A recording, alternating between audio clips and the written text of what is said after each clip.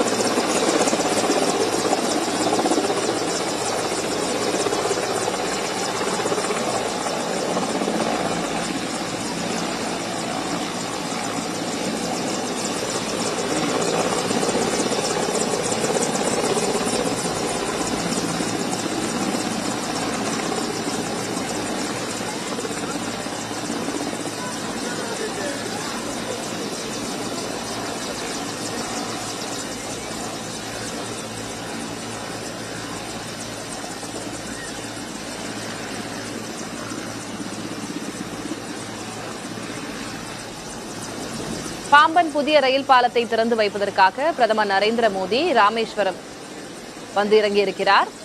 மண்டபம் பகுதிக்கு அவருடைய ஹெலிகாப்டர் வந்து இறங்கும் காட்சிகளை பார்க்கிறோம். இந்திய விமானப்படை தளத்திற்கு சொந்தமான MI-17 ரக ஹெலிகாப்டர் மூலமாக மண்டபம் பகுதிக்கு வந்தடைந்திருக்கிறார் பிரதமர் நரேந்திர மோடி. இன்னும் சற்று நேரத்தில் ஆளுநர், மத்திய ரயில்வே அமைச்சர், தமிழக அமைச்சர்கள், பாஜக மாநில தலைவர் உள்ளிட்டோர் பிரதமர் மோடியை வரவேற்கவிருக்கிறார்கள்.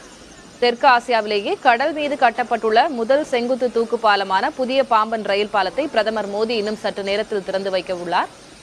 தற்போது பிரதமருடைய தனி ஹெலிகாப்டர் மண்டபம் பகுதிக்கு வந்தடங்கியிருக்கிறது.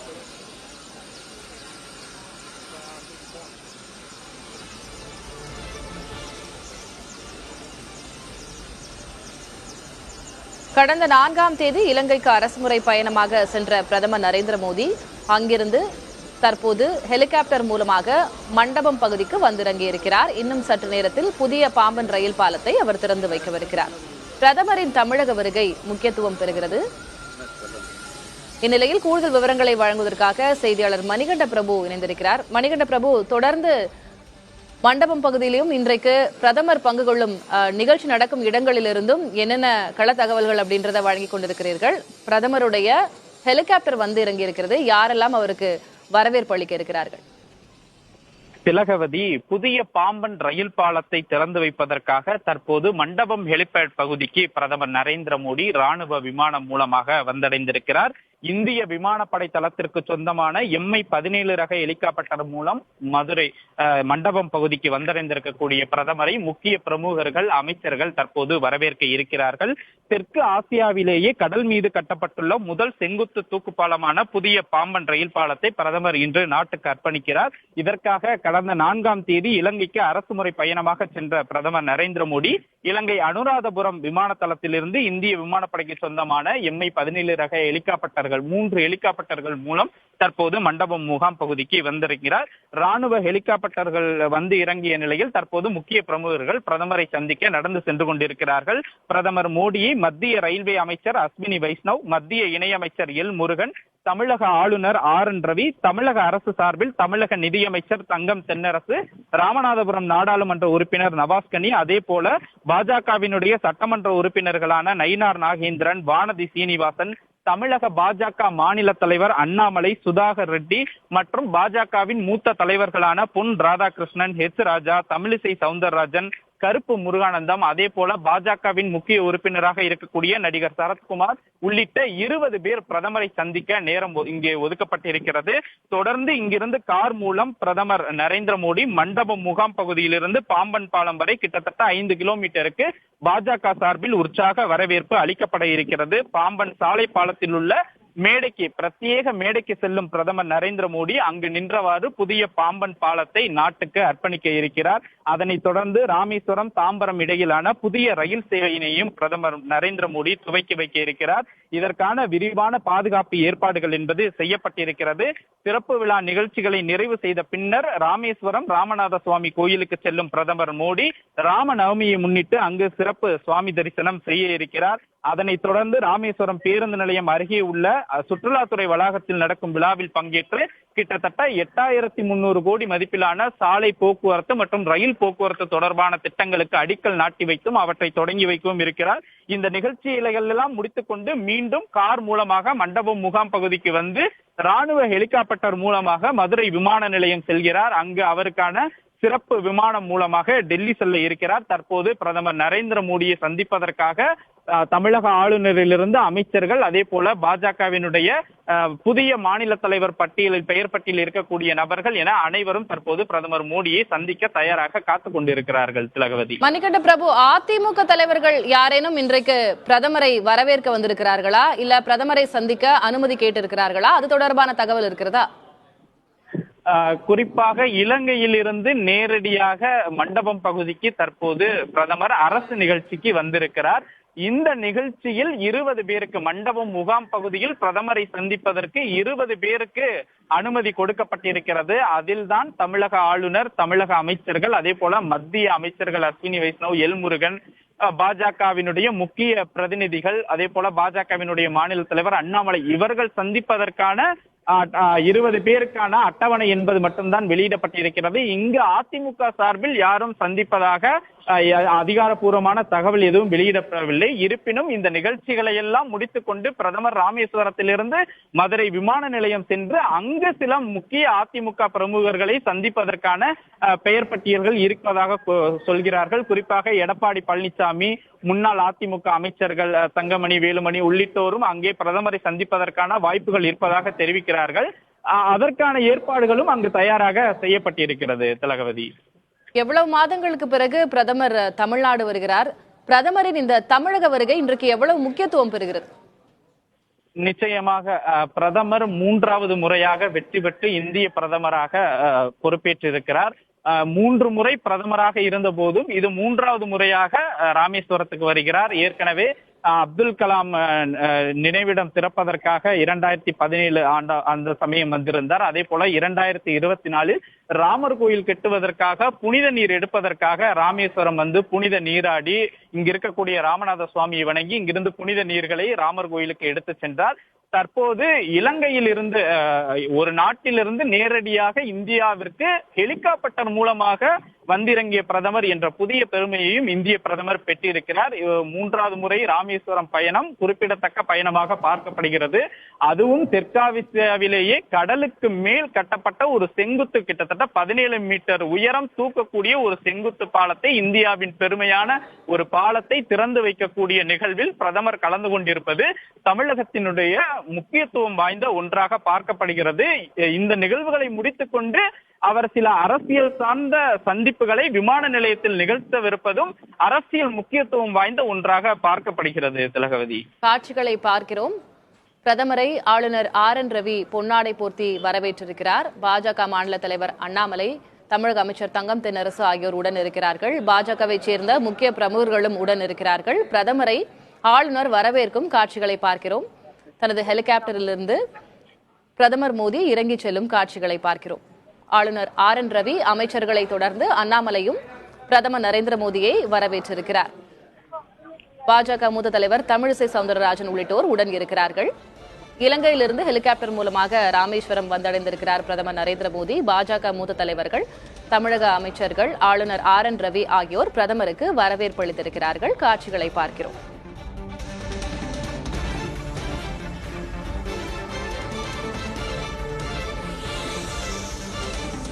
தொடர்ந்து செய்தியாளர் மணிகண்ட பிரபுவிடம் நாம் பேசலாம். மணிகண்ட பிரபு, இன்றைக்கு பிரதமர் பங்கு கொள்ளும் இந்த நிகழ்ச்சி நடக்கும் இடம், அந்த மேடை, அதனை சுற்றி செய்யப்பட்டிருக்கக்கூடிய ஏற்பாடுகள், பாதுகாப்பு ஏற்பாடுகள், இப்போ பிரதமர் தன்னுடைய தனி வாகனத்தில் ஏறி நிகழ்ச்சி நடக்கும் இடத்திற்கு செல்லவிருக்கிறார். வழிநெடுகிலும் எது போன்ற வரவேற்பு அளிக்க காத்திருக்கிறார்கள்? எது போன்ற பாதுகாப்பு ஏற்பாடுகள் செய்யப்பட்டிருக்கு? திலகவதி, மண்டபம் முகாம் பகுதியில் ஏற்கனவே பிரதமருடைய அந்த வாகனங்கள் என்பது கொண்டு வரப்பட்டு தயார் நிலையில் நிறுத்தப்பட்டிருக்கிறது. தற்போது பிரதமர் தன்னுடைய தனி வாகனத்தில் ஏறி நிகழ்ச்சி நடைபெறும் இடத்திற்கு புறப்பட்டிருக்கிறார். இங்கிருந்து மண்டபம் முகாம் பகுதியில் இருந்து பாம்பன் மேம்பாலம் செல்லக்கூடிய 5 கிலோமீட்டர் தூரம். இந்த 5 கிலோமீட்டர் தூரமே 2 பக்கமும் தடுப்பு வேலிகள் என்பது அமைக்கப்பட்டு மக்கள் வரவேற்பு கொடுப்பதற்கான ஏற்பாடுகளை தமிழக பாஜக செய்திருக்கிறது. இந்த நிகழ்வுகளில் விரிவான பாதுகாப்பு ஏற்பாடுகளும் செய்யப்பட்டிருக்கிறது. குறிப்பாக காவல்துறை கூடுதல் இயக்குனர் தலைமையில் 3 காவல்துறை மண்டல தலைவர்கள் கிட்டத்தட்ட 5000 காவல்துறையினர் பாதுகாப்பு பணிகளில் முழுமையாக ஈடுபடுத்தப்பட்டிருக்கிறார்கள். அதே போல கடல் பகுதியில் கடலோர காவற்படை, அதே போல கடல் பாதுகாப்பு படை உள்ளிட்டவையும் கிட்டத்தட்ட 8 கப்பல்கள், ரோந்து கப்பல்கள் மூலமாக பாதுகாப்பு பணிகளில் ஈடுபட்டிருக்கிறார்கள். பிரதமரின் வருகையொட்டி ராமேஸ்வரம் மதுரை அந்த சாலையில் போக்குவரத்து என்பது சிறிது நேரத்திற்கு முன்பாக தான் முற்றிலுமாக தடை செய்யப்பட்டது. அதே போல மீன் பிடிக்கிறதுக்கும் கடந்த 4ஆம் தேதி முதல் தற்போது வரை தடை விதிக்கப்பட்டிருக்கிறது. இப்படி விரிவான பாதுகாப்பு ஏற்பாடுகள் என்பது செய்யப்பட்டிருக்கிறது. அதே போல பிரத்யேக மேடை பாம்பன் மேம்பாலத்தில் பிரதமர் நின்று மேம்பால சேவை, அந்த ரயில் பால சேவையை துவக்கி வைக்கும் வகையில் பிரத்யேக மேடை அமைக்கப்பட்டிருக்கிறது. அங்கே ரயில்வே அமைச்சர் அஸ்வினி வைஷ்ணவ், மத்திய இணையமைச்சர் எல் முருகன், பிரதமர் மோடி, முக்கிய அதிகாரிகள் அங்கே நின்று பாலத்தை பார்ப்பதற்கான ஏற்பாடுகளும், 17 மீட்டர் உயரம் அந்த செங்குத்து பாலத்தை மேலே உயர்த்தி அதற்கு கீழே ரோந்து கப்பல்கள் செல்லக்கூடிய காட்சியையும் பிரதமர் அங்கிருந்து பார்ப்பதற்கான ஏற்பாடுகள் என்பது விரிவாக செய்யப்பட்டிருக்கிறது. இந்த நிகழ்ச்சிகளை அடுத்து தொடர்ந்து கிட்டத்தட்ட பாம்பன் பாலத்தில் இருந்து ராமநாத சுவாமி கோயிலுக்கு செல்லும் பிரதமர் மோடி ராமநவமியை ஒட்டி அங்கு சாமி தரிசனம் செய்கிறார். இப்படி அவருக்கான பாதுகாப்பு ஏற்பாடுகளும் பயண திட்டங்களும் என்பது முறையாக செய்யப்பட்டிருக்கிறது. தற்போது கார் மூலமாக பாம்பன் பாலத்திற்கு பிரதமர் புறப்பட்டிருக்கிறார். வரும் வழியில் முக்கிய கட்சி பிரமுகர்களை அங்கே பார்த்து கொண்டிருக்கிறார். திலகவதி, மணிகண்ட பிரபு, இதுல முக்கியமான ஒரு கேள்வி, பிரதமர் இன்றைக்கு பாம்பன் புதிய ரயில் பாலத்தை திறந்து வைக்கிறார், பார்வையிடுகிறார், அதற்கு பிறகு ராமநாத சுவாமி கோவிலுக்கு செல்கிறார் அப்படின்னு பிரதமரினுடைய நிகழ்வுகள் நமக்கு தெரியும். முக்கியமாக ஏதேனும் உரையாற்றுகிறாரா, மேடையில் ஏதேனும் பேசவிருக்கிறாரா அப்படின்ற ஒரு கேள்வி இருக்கு. நிச்சயமாக இந்த நிகழ்ச்சிகளை பொறுத்தவரை பேசுவதற்கான வாய்ப்பு என்பது எங்கேயுமே இல்லை என்றுதான் சொல்லப்படுகிறது. பாம்பன் மேம்பாலத்தில் ரிமோட் மூலமாக புதிய ரயில் பால சேவையை தொடங்கி வைத்து 5 நிமிடம் தான், ஒவ்வொரு நிகழ்ச்சியிலுமே 5 நிமிடத்திலிருந்து 10 நிமிடம் தான் திட்டமிடப்பட்டிருக்கிறது. பேசுவதற்கான ஏற்பாடுகள் என்பது எங்கேயுமே குறிப்பிடப்படவில்லை. குறிப்பாக இந்த நிகழ்ச்சி ஆலயம் என்கிற அந்த சுற்றுலாத்துறை மாளிகையில் நடைபெறக்கூடிய நிகழ்ச்சியில் பிரதமர் பேசுவார் என்று ஒரு சிலர் கூறினாலும் அதற்கான அதிகாரப்பூர்வ தகவல்கள் என்பது முறையாக வெளியிடப்படவில்லை. திலகவதி, ராமநாத சுவாமி கோயிலில் சாமி தரிசனம் செய்கிறார். அதனைத் தொடர்ந்து ராமேஸ்வரம் பேருந்து நிலையம் அருகே இருக்கக்கூடிய நீங்க சொன்ன மாதிரி அந்த சுற்றுலாத்துறை வளாகத்தில் நடக்கும் விழாவில் பங்கேற்கிறார். 8300 கோடி ரூபாய் மதிப்பிலான தேசிய நெடுஞ்சாலை திட்டங்களை துவக்கி வைக்கிறார் அப்படின்றதும் தகவலாக இருக்கிறது. அந்த துவக்கி வைக்கக்கூடிய விழா மேடையில் ஏதேனும் பேசுவதற்கான வாய்ப்பு இருக்கிறதா? அதே போல இன்றைக்கு பிரதமரை சந்திக்கக்கூடியவர்கள் யார் யார் என்ற அந்த ஒரு டென்டேட்டிவ் லிஸ்ட் இருக்கிறதா நீங்க சொல்லியிருந்தீங்க. அவர் யாரை சந்திப்பார் அப்படின்றதும் இன்றைக்கு முக்கியத்துவம் பெறுகிறது அல்லவா? அவருடைய பேச்சு, அவருடைய சந்திப்புகள் குறித்து சொல்லுங்க மணிகண்ட பிரபு. நிச்சயமாக பிரதமர் மோடி மண்டபம் முகாம் பகுதியில் சந்திக்கக்கூடிய தலைவர்களினுடைய 20 பேர் கொண்ட முக்கிய பிரமுகர்கள், அமைச்சர்களினுடைய பெயர் பட்டியல் தான் தற்போது வெளியாகியிருக்கிறது.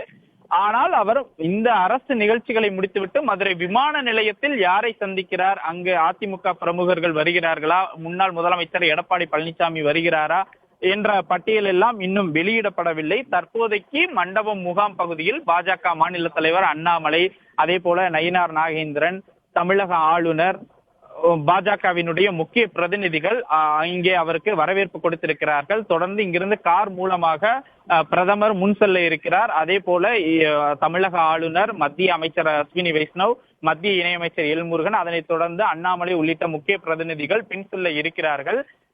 இந்த நிகழ்ச்சி அடுத்தடுத்த நிகழ்ச்சிகள் இருக்கிறது. குறிப்பாக பாம்பன் பால சேவையை தொடங்கி வைத்த பின்னர் கோவிலுக்கு சென்று அதன் பிறகு பேருந்து நிலையத்தில் நடைபெறக்கூடிய நிகழ்ச்சியில் பங்கேற்கிறார். இவர் ஓய்வெடுக்கும் இடத்தில் சந்திப்பு நிகழுமா என்பது தெரியவில்லை.